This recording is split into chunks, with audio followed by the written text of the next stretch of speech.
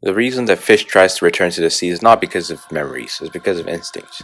Yo, welcome back to the Bums with Expensive Taste. It's me, your host, Ippo, and we're back again with another character analysis video. Urek Mazino from Tower of God.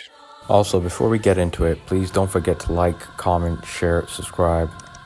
I mean, you can share it later, but like, comment, subscribe, and check out the rest of the video. Enjoy.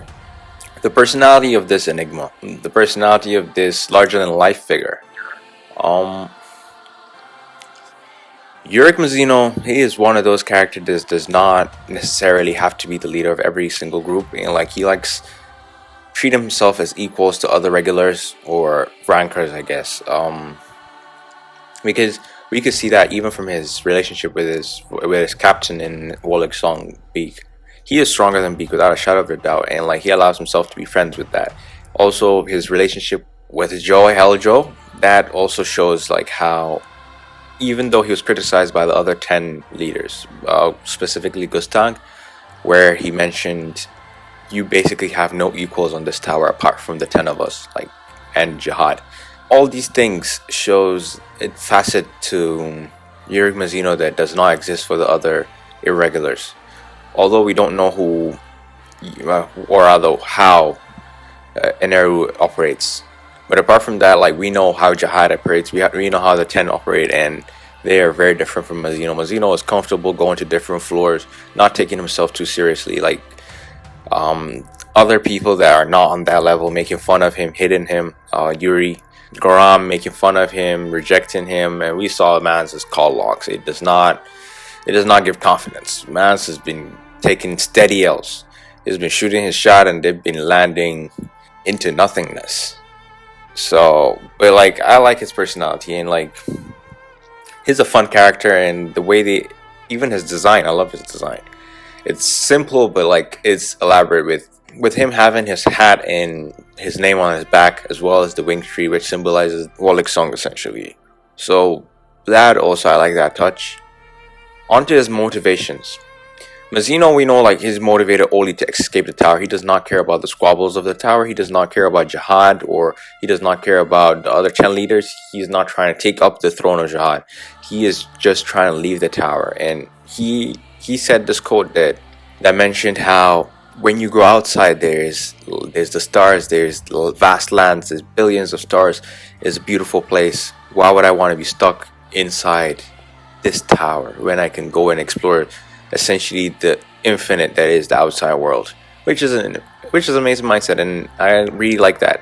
So I wonder if he hasn't realized that Jihad holds the keys to the next floor, or he is content, or he found a different way to leave the tower without going to the top floor. Although it's not granted that you have to get to the top floor for you to leave the tower, or even if there's an escape route from the top of the tower. So maybe that's what he came to, but I don't know, since his goal was to leave the tower, and he's powerful enough to definitely challenge Jihad. So it will be interesting to see where he goes as a character. We haven't seen him since the Hell Train, or rather the Hell Floor incidents. I would really like to see him soon. He's my favorite character, so I am motivated by that to see him back into the series. But I doubt we're going to be seeing him anytime soon, with Bomb doing Bomb shit right now. Now we got to talk about his strength. Urek Mazino's strength. That is something that's worth pointing out to. In terms of rank, he is the 4th strongest on the tower according to the rankings, but he's the 2nd strongest active behind Jihad. And honestly, I don't think Jihad is that stronger than him. I think he can challenge Jihad, and even if Jihad wins, he's not walking out of there. He is going to be dragged.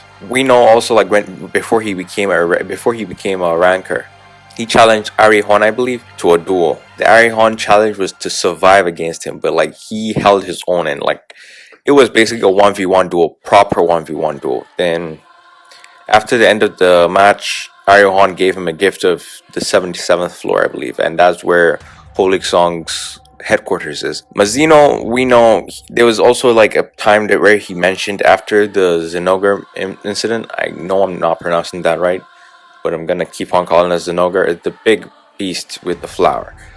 When he went there and the rankers came to take him, and he was like, you guys are bringing lighthouses? The minimum you need to bring is an opera, which is the strongest lighthouse, to even take me down for a few milliseconds. Also, like when they came, like I think it was like 10v1 or 20v1, and then he was like, "Is that all you're bringing? You need to bring more. Like it needs to be at least 1,000 for you guys to give me even a sweat." That shows the kind of levels that this guy's operating on.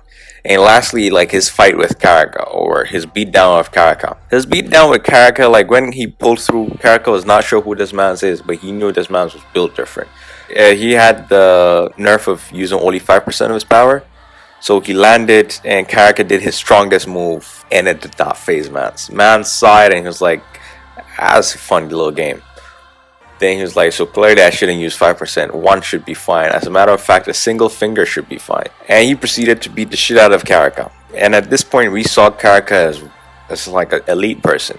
Then we found out that there's levels to this shit. Like, Mazino was so far ahead of him, they're not even in the same game. They're not even in the same console. That's the difference between them. It was so far ahead that, like, it wasn't just 1%, one finger, but also there was no Shinso. Like, Mans was fighting without Shinso, he was fighting on raw strength, and he did that to Karaka. Like, I would like to see this man's fighting with Shinso. I don't think we've ever seen him fight with Shinso. Also, like, I would like to see him fight with an actual top tier, not Karaka. Because at this point, I feel like Bomb could probably take on Karaka, if not defeat Karaka. I think we're going to be seeing Mazino soon in the anime.